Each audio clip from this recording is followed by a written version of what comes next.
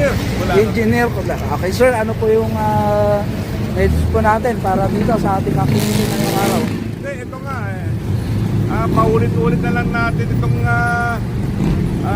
dire-repaint itong mga graffiti nitong vandalism na ginawa ng mga nag-rally. Ewan ko ba kung bakit nila pag-iisip naman ito. Kaya lang, yan, siyempre, wala naman tayong magagawa kundi talagang gawin natin itong para hindi pangit tingnan yung ating nakikita mo. Ang linis-linis ating lagos nila. Tapos pagdating dito sa gagawan lang pero pa rin ulit basta kailangan talaga pintura. Sana nga makahuli na itong mga ito. Ayun, ano po mensahe po natin sa mga gumawa kahapon? Sana naman tumulong sila sa pagpapalinis ng paayos ng ating kapaligiran dito sa Maynila. Kasi para naman ito sa kanila diba?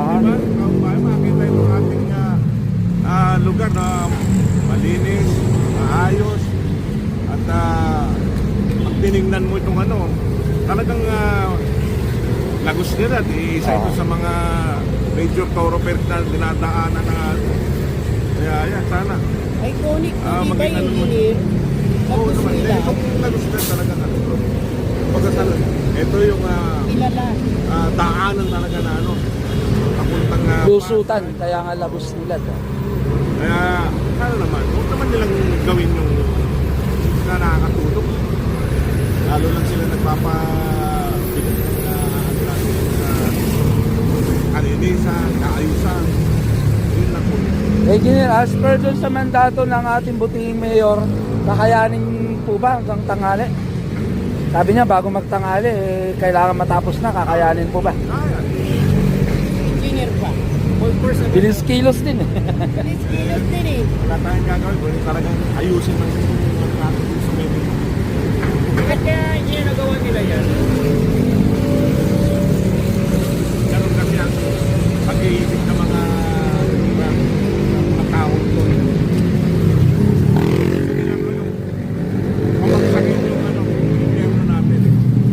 Kaya mga ganyan, dyan silang magaling Sa palagay mo engineer, parang sinasadya na. Parang sinasadya na, no? Oo, sinasadya talaga. Sinasadya yan. Alam ko, may mga sa mga yan. Para lang i-discredit o itong ating gobyerno. May hint na ba tayo, engineer, sa mga leader nila? May hint na ba tayo sa mga leader nila? May tip na ba kung sino? Wala. Sa tingin niyo? Basta yan, karamihan dyan talaga mga galit Sa gobyerno, kasalukuyang Ganun gobyerno. naman, paulit-ulit yan Nung time nung nakaraan na presidente, mga nakaraan, walang ginawa yan kundi mag-ingay na mag-ingay. Diba? Iyak nang iyak. Ibig na tumulong sa ating bansa, lalo na ngayon.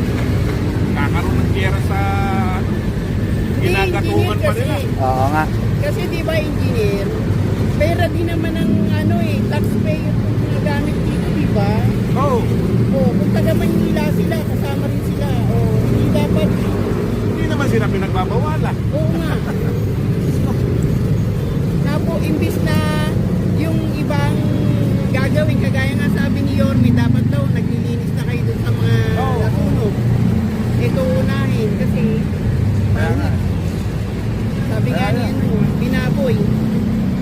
Kaya tuloy-tuloy yung ating pagpapaayos ng ating Ayaw nila Engineer, ng ito lang po ba yung nakikita natin sa lungsod ng Maynila na nagkaroon ng bandal?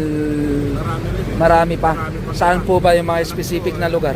Ayan, lalo na siguro sa yung mga dinadaanan nito mga nagra-rally papunta siguro lang tawag dito, Luneta, papunta ng Pichola. So engineer, yung ano pa, lalo na dyan sa Recto. yung ibang lugar pa babay ay check upin nyo pa muna. Minimaintain natin yung pagpapaayos na. Thank you, Kung engineer. kailangan pinturahan, pinipinturahan. Thank you po. Thank you. Mabuhay po.